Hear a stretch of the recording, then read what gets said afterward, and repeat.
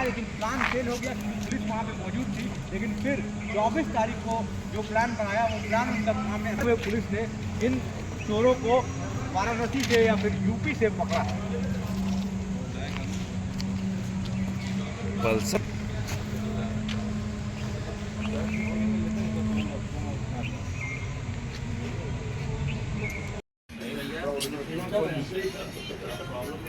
रीलो मत बना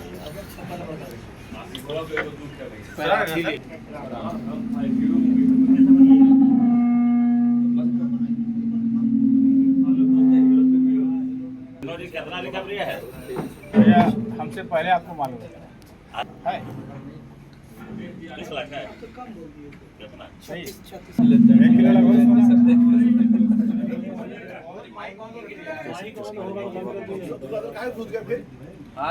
किलो पेपरे वाला तोड़िएगा तो कैसे होगा?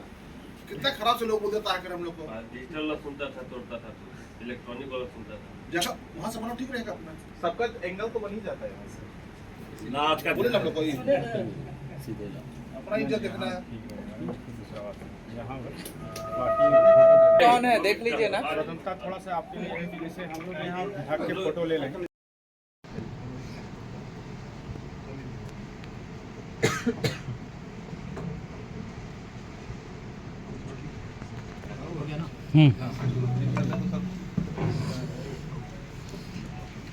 हेलमेट और इसमें कौन है सर? चेहरा दिखाएगा आगे वाला हेलमेट बाहर नीचे नीचे में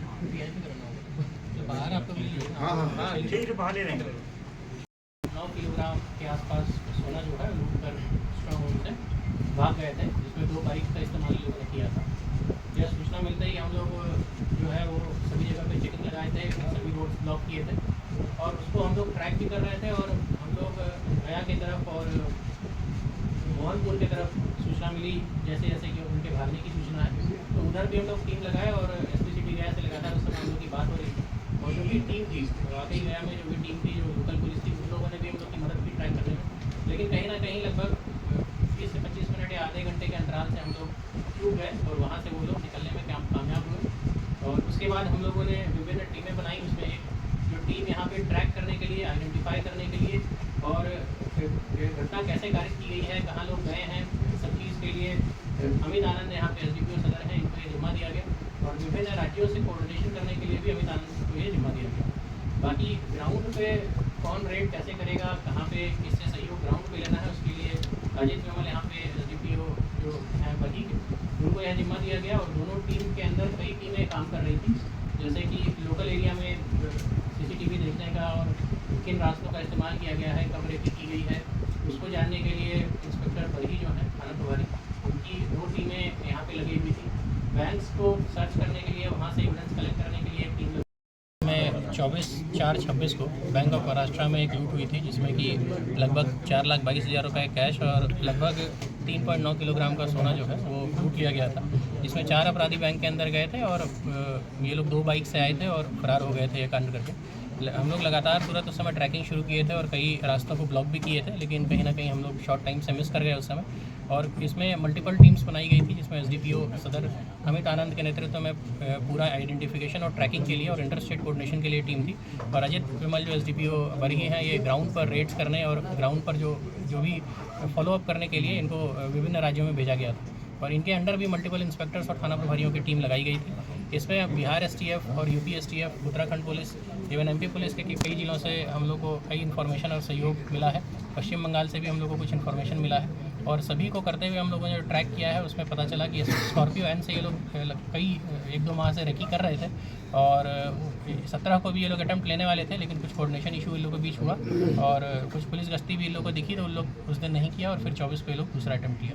और इसमें अटैम्प्ट करके ये लोग बिहार की तरफ ही भागे और जब इनका हम लोग ट्रैकिंग किए और पीछा किए तो ये लोग धीरे धीरे बनारस की तरफ शिफ्ट हुए और UP STF की मदद से हम लोगों ने बनारस के सारनाथ थाना क्षेत्र में इनकी घेराबंदी करके इनकी गिरफ्तारी की और लूटा हुआ लगभग 1 किलोग्राम सोना, 900 समथिंग ग्राम सोना है और कैश लगभग 20 लाख रुपए जो है ये बरामद किया गया है।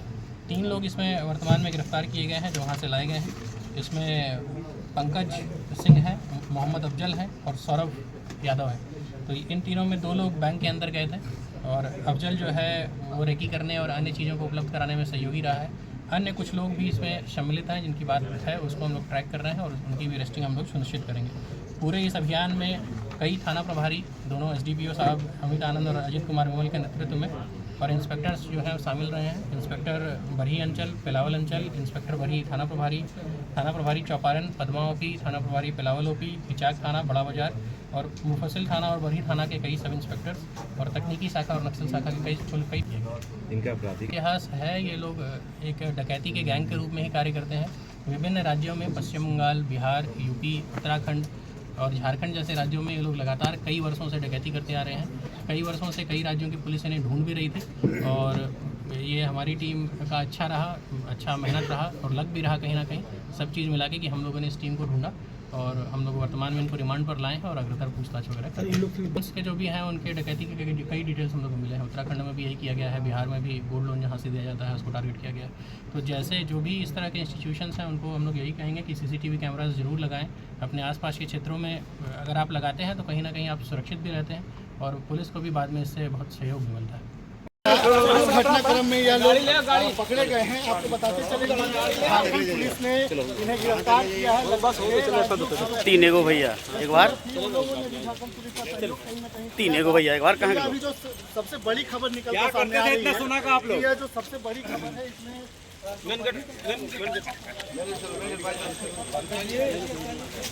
क्या करेंगे?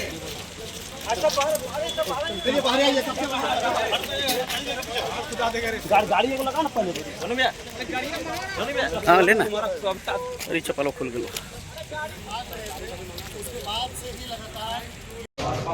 ये तीनों उत्तर प्रदेश के रहने वाले हैं और ऐसे कई चोरी के अंजाम पहले भी दे चुके हैं।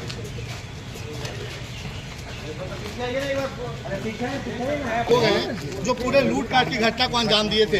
यह तीनों जो है पूरे अंतर्राज्यीय का गिरोह है और सबसे बड़ी बात आपको बताते चले कि पिछले 9 सालों में इन्होंने लगभग 96 किलो का सोना पूरे करीबन 6 राज्यों को चोरी की थी।